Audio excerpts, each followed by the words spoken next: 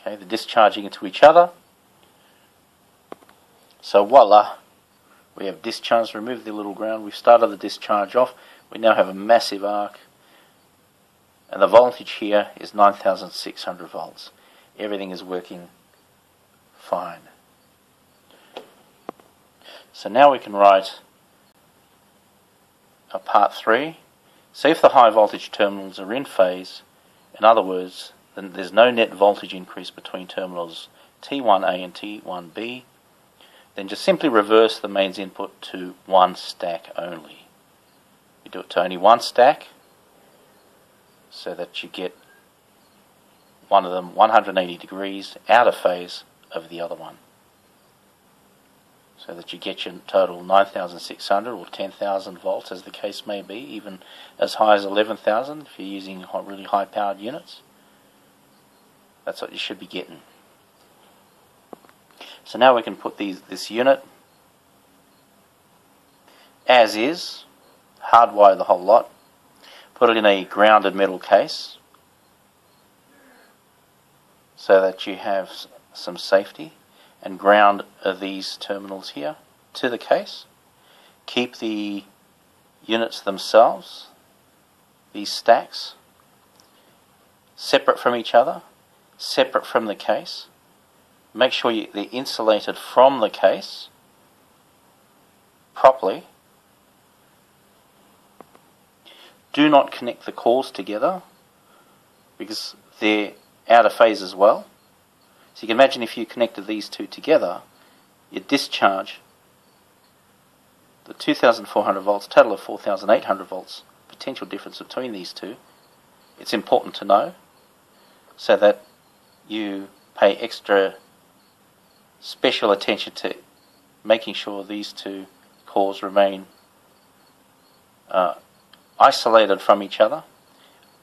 Make sure you have very good insulation between these using mica or glass. Okay, leaving also a gap between the core and the insulation. Do the same with the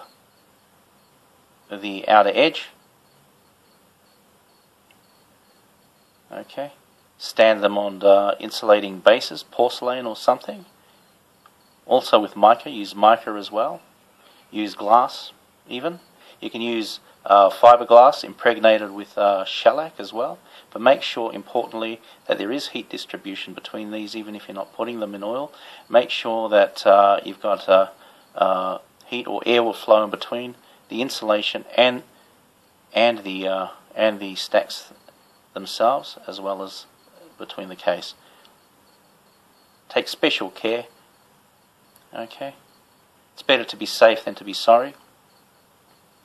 Make sure the ground is a good ground to the case, so it stays safe. And when in operation, do not touch the cores. Do not touch any part of the of these units, of this combined total unit. Very, very dangerous. Okay. They're very, very high power. I've rated that even at 5,000 VA limited. Okay. It can be more than that. This unit or touching any part of it can kill instantly. That's why I went to a lot of trouble with the disclaimer in the previous videos. Okay, I still stand by that. Okay. This unit is now equivalent to a pig pole transformer. Do not take this lightly.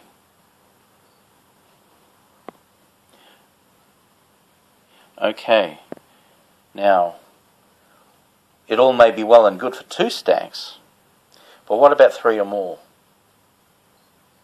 Is it the same? Okay, so now we have 3 MOT stacks. Okay, that's 3 stacks are, as you can see, 3 times 4,800 volts, which is a total of 14,400 volts. So you need about 14,000 volts for whatever project that you're building. You could have a total of 15,000 or over. Like I said, depending on the size of the units, they're all matched. They could be 5,000 volts each, so 3 times 5,000 being 15,000. Now you have high voltage terminals on these. We may want to remove that one, and we may want to remove that one for starters. Okay. We might want to put that one there, depending on how we wire it up. We're unsure at the moment. We might want to remove this ground for starters as well. Probably a good idea to remove that ground, and we'll start from scratch. The only thing we'll wire up, as you can see, is just like we've wired. We'll wire our active to where we believe the active is to be, and the neutral to where we believe that is to be. And that's a good place to start. So we'll remove these 2 terminals, and we'll remove this ground. Like magic, this terminal is now floating in space here. We may need that because we need 2 terminals total once we've completed our unit. We do need 2 terminals. We're just not sure where we're going to connect that yet. And we have a total of 3 stacks, as you can see. We have our stack C here, and a total of 1, 2, 3, 4, 5, 6 high voltage terminals. What do we do? Before we continue, I just want to point out that I'm going to rate this at 5,000 VA, just as I did before, or more. Okay. And of course I can't stress that more enough, because it all depends on how you current limit it and what your limitations of your house are, residential unit, how much power you actually need. And because this will draw too much power from your residential unit, especially sticking a 3rd one on there, you definitely have to current limit it, and a good limit is about 5,000. That puts you at about the limits of what a residential situation is. I can't imagine you needing much more than that, unless you're, of course, seriously building or experimenting with intense magnetic resonant effects, displacing matter or mass, or trying to bend the space-time continuum. I'm not sure why you would probably need more than 5,000 VA anyway. If so, then you'd probably best go to an industrial area and limit it to whatever you want. You can probably double that. See, otherwise 5,000 VA is enough, I think. It's a good figure, because each individual unit is rated at 2,000. Some of them more, some of them less, but thereabouts 2,000. Okay, 2,000 watts each. So you've got a total of 12,000 watts to play with, really, you know. And by limiting it to 5,000 VA, you're sharing a load, even at maximum, of about 800 watts per unit. It's not a bad deal. It'll be quite efficient. And they shouldn't heat up too much. And you'll have very good heat distribution, and you'll be able to use as much power as you really need, right up until up to about 5,000 VA. That's plenty of power, I think. But remember, at this time, it's not at 9,600 or 10,000 volts. It's at 14 to 15,000 volts. Okay, very dangerous. Again, I can't stress this enough that this should be probably built by the serious experimenter or someone who knows what they're doing. Okay. And once again, touching any part of this, once we've completed the wiring, would be lethal. Any part would be extremely lethal. Okay, so first of all, by introducing the third element, and we want an even voltage on the ends, we're going to have to ground the middle. In this particular case, we're going to have to ground, and the very middle of this arrangement is actually the core this time. So we're going to ground this core, the central core. Okay? And like magic, before I've even said it, it's done. There you go, it's grounded already. Okay, we still have a total of 6 terminals though. How do we connect them? I think I've got to make sure that that terminal is not connected to the ground. It only looks like that in the diagram. Let's wave the magic wand. And it's done. I've redrawn that ground here by magic. So now you can see the 6 terminals. They're all unconnected. So how do we connect them? Probably a good idea is to start by connecting the terminals closest together for all practical purposes, only because we're dealing with high voltages here. And of course any dielectric breakdown in the insulation of the wire could be detrimental. So it's probably a good idea to connect the terminals that are closest together. In this particular case on this diagram, it's this one and this one, that one and that one. That leaves that one and that one. Okay, so what we're going to do is we're going to connect this particular one. We're going to have a fairly long wire, okay, very heavily insulated, connecting this terminal. Okay, voila, magic. So this is our final arrangement. Okay, I moved the ground once again because we're connecting a very heavy cable, connecting these 2 high voltage terminals together. And so this winding is now connected together, and this one at the top is also connected together. Okay. The new high voltage terminal is connected to this lower end. It's delivered with a very extremely well insulated cable, insulated to 20,000 volts or more, just to be safe. If you're planning on playing with high frequency alternating current, I'll probably go further than that. Alright, so now we have 2 terminals. We're connected up together. What's the result? And let's have a look also at the voltage distribution on each element.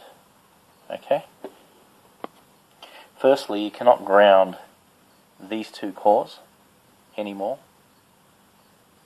Alright, because that severely disrupt what we're trying to do. This core is grounded, it's balanced perfectly in the middle. Okay. Now, these 2 cores are now going to be at a higher potential, you can imagine. Alright?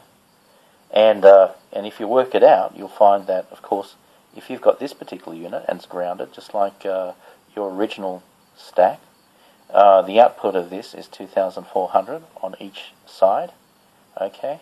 Connecting with this lower end and this upper end, add to it 1,200 volts. Okay? And that's the voltage that you've got now on these cores. That's a total of 3,600 volts. That's a lot higher than before. Okay? Your insulation would probably be able to withstand that even in air. You can imagine that when they wind these, they would make sure that the insulation will certainly, the secondary will certainly be well insulated from the core of 2000 to 3000 volts. Now we know we're dealing with a higher voltage, 3600, maybe even more in some cases, depending on the units that you're using.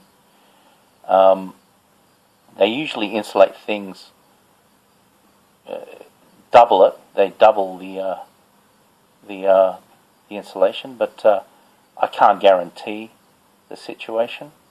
That's going to have to be your call, whether the final arrangement has to be put in oil or not. I think in most cases it should be able to withstand it, but like I said, I cannot guarantee that. I'll leave that one up to you, whether the units have to eventually be put in oil. The voltage is at a higher potential than with two stacks. Okay, so here's your total voltage distribution. 3600 on the core. We know that this core is now 0 volts. Okay, that means that the secondary winding in between these two secondaries at 0 starts to climb from there. 1200 plus 2400. Okay, we double that. We've got a total of 7200 on this terminal, 7200 on this terminal. Okay. The only thing left is, once again, we've got to make sure that these are out of phase. And all we need to do is simply play with these wires, make sure that we connect them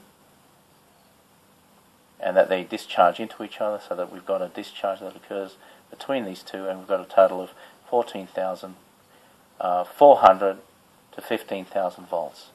That's your arrangement with 3 stacks. You may choose a different arrangement. There's different ways of probably hooking this up. You see, that's one way. Okay, it's not written in stone. You might want to put this on its side. You might want to arrange it in a different way. Now, the good thing about this being grounded is that you can actually connect this directly to the metal case, and make sure that metal case is heavily grounded. These two are the only ones that need to be isolated and insulated, both from the case and from each other and from the central one. Okay, but now you've got a nice even heat distribution among 6 units, whereas before it was 4 for 5000 VA. Okay, the breaking gap now between these two terminals will be at 1.5 centimeters, whereas before it was at 1 centimeter. So that's where the discharge will begin to break, and the arc should be extremely, extremely long. I hope this is all clear now. What I want to also point out is that when if you go through the motions just as I have done, and you whenever you connect 3 units or any odd number, 3, 5, 7, etc., you'll always have that same voltage distribution of 3600 volts between the core on each unit and the secondary. Okay. The only thing is that with each step, you've got a voltage increase based on how much this is multiplying, and the same goes with 2 stacks, 4, 6, or 8 stacks. The voltage distribution will be not 3600 but only 2400 volts. Okay, but the downside of it is that there is no grounded core. The grounded core in each case, it'll be the middle of the entire unit. So wherever that middle is, that's where the ground is connected. With odd units, it's going to be at the core, because the winding is connected to the core. The secondary windings are connected to the core. With even units, it's going to be one of the high voltage terminals. Okay. How many stacks you actually need, of course, depends on your total high voltage applications. Now, I hope that you there should be nothing stopping you from experimenting with any kind of high voltage apparatus, since you have a convenient way of generating whatever voltage you really want, depending on your needs. I hope you enjoyed this presentation. Okay, so now we're going to have maybe another look at those extremely long arcs.